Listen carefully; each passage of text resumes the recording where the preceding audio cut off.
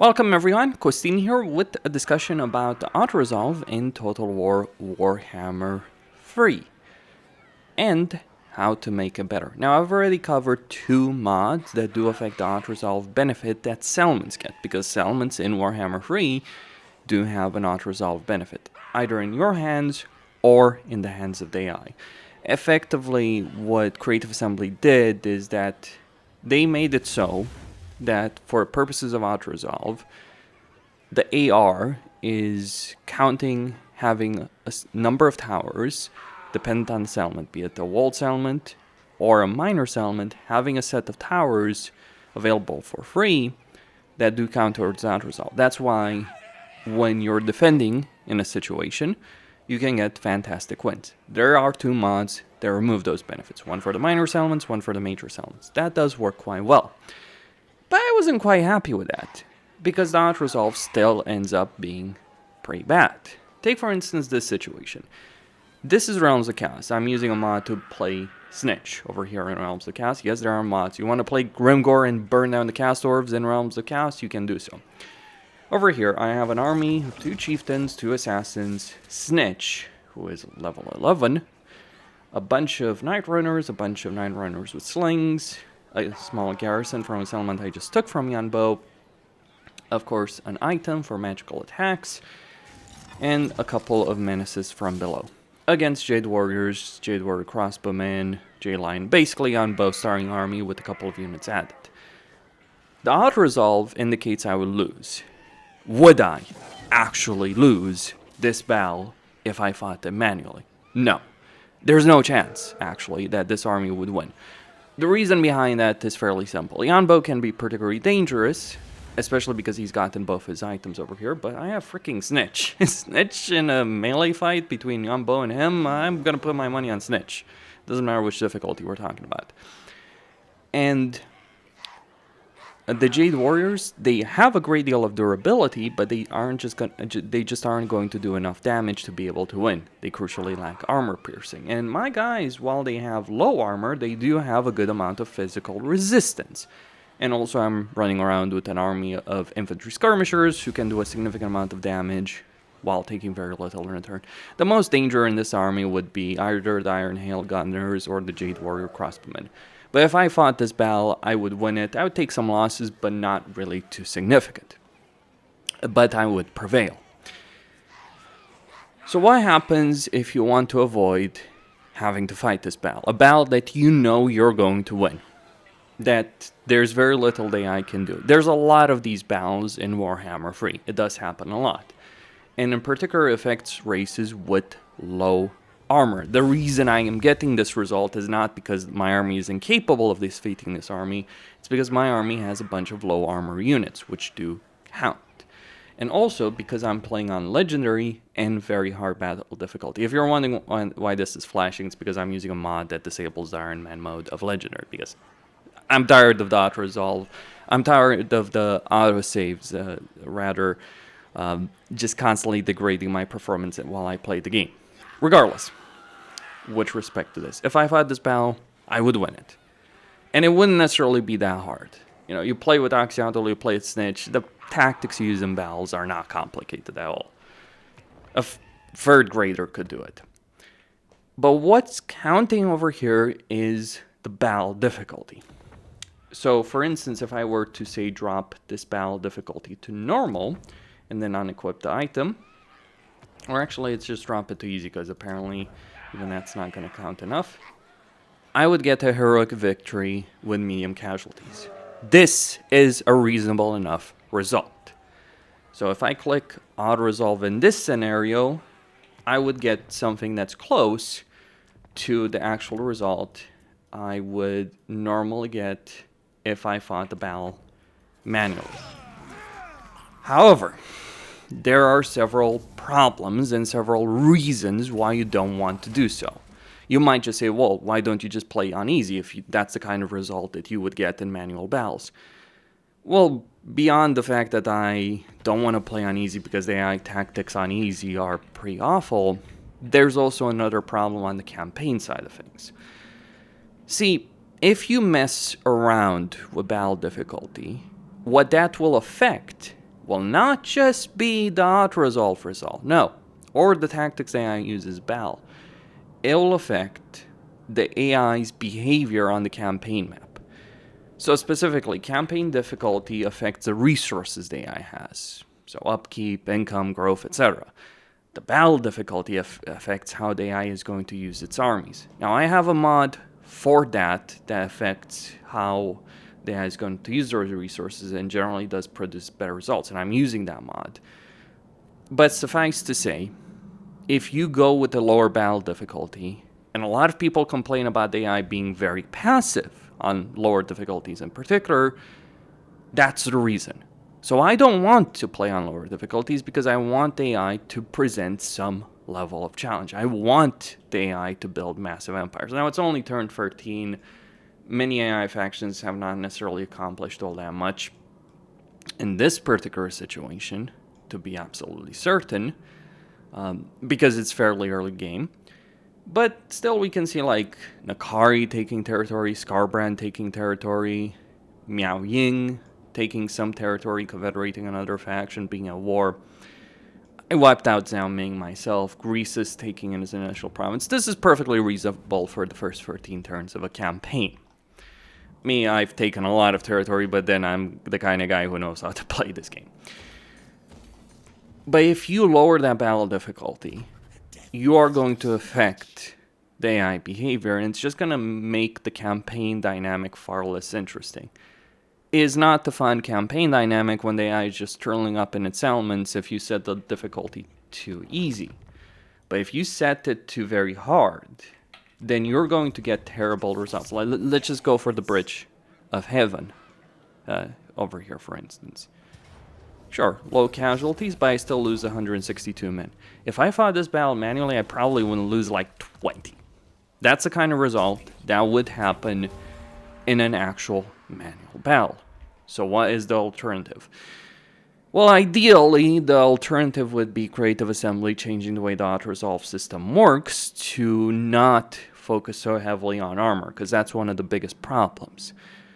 There's a reason why some races, if you play something like Warriors of Cass and get a bunch of Warriors of Cass and then Chosen and Sangors and all that, you don't ever have to fight a battle in your campaign. But there's a reason if you're playing something like the Skaven or Nakari, you may end up having to fight a lot of manual battles. Or even Cafe, because while Cafe does have a bunch of heavily armored units, what Cafe lacks is good casualty replenishment. So you are forced to end up fighting a lot of manual battles because even with heavily armored units, you can still take significantly more casualties than you would take in a manual battle. That is not a fun dynamic. So what's the solution? Well, let me enable a mod, reload the save I have, and show you the alternative to messing around the battle difficulty. Because you want the AI behavior to be aggressive, you want the AI to achieve a lot on the campaign. And I would say this, even if you're playing on normal campaign difficulty, I would still recommend using very hard battle difficulty because it just makes the AI use the resources it has, the armies it has, significantly better. A lot of the AI aggression problems, the AI being passive, will go away if you increase the battle difficulty in a campaign.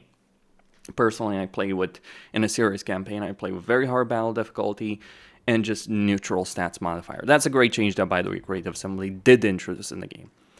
But let me show you what solution there is to this problem. And I just discovered this today. I was a bit weary of resorting to mods for this because I was afraid it would screw things over. It didn't. So, reloading my previous save, we can see that I would get a heroic victory with medium casualties. But the difficulty over here is legendary very hard. Whereas previously, I only got it on easy. And point of fact, if I change it to easy, the result that I would get, well, it would still actually be a heroic victory with medium casualties, regardless of that. So it's irrelevant. The mod I'm using is called Increase Autoresolve Points. Now, here's what this does. The AI is using a multiplier on very hard battle difficulty to increase its Autoresolve result against you. Just how sieges work differently for both you and the AI, But even there, the AI gets a multiplier. That's why the AI gets a better Autoresolve against you, result against you, because of the multiplier. The mod that I'm using is adding a multiplier of 0.7 to kind of even the score between you and the AI.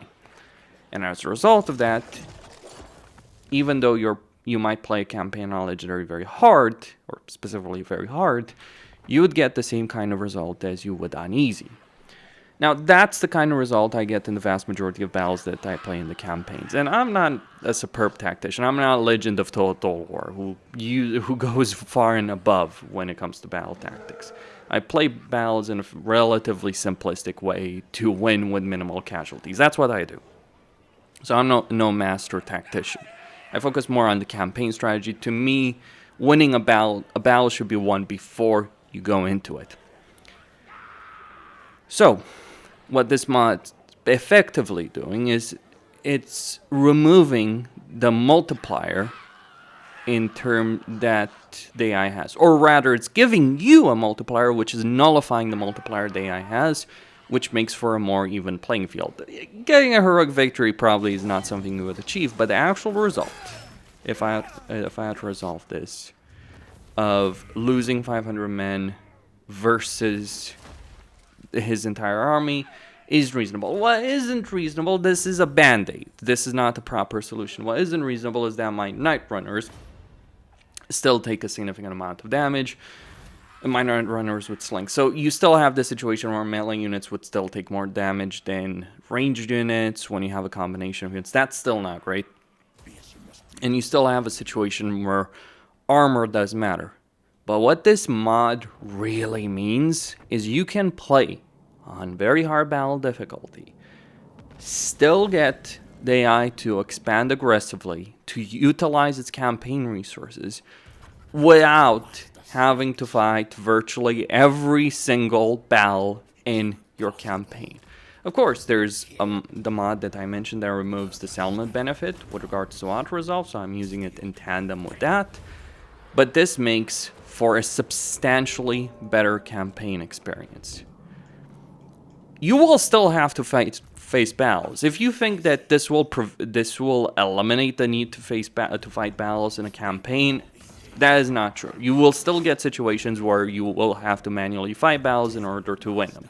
And maybe those battles you actually wouldn't be able to win. So it makes the Autoresolve, at least for me personally, given the way I play, the way I set up my battles, it makes things significantly fairer, while preserving the AI benefits on the campaign map. Because if we look back at the campaign map, we see Kairos has taken his initial province, Azazel has secured the situation, Astankia has not necessarily accomplished anything, but this is still the early game, right?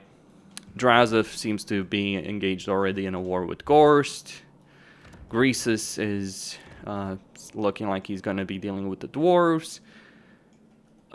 Katrin is taking territory against Prague over here by the looks of it. And Scrag is already dealing with the Empire to some degree, or preparing to deal with the Empire after he's wiped out the dwarves. Early game, hard to really tell, but you can see that these factions are still utilizing the resources they're giving. What's important to understand here is that Nakari, for instance, who has a really crappy Autoresolve result, has taken a provincial capital. This is something that AI is really shy about doing if you're playing on anything other than very hard battle difficulty by default. They're unwilling to attack walled settlements. But now you can get a really good campaign AI in terms of aggression, in terms of utilizing the resources without having to fight 1,000 different meaningless, pointless, crappy battles. Reserving that situation for the battles that actually mean something.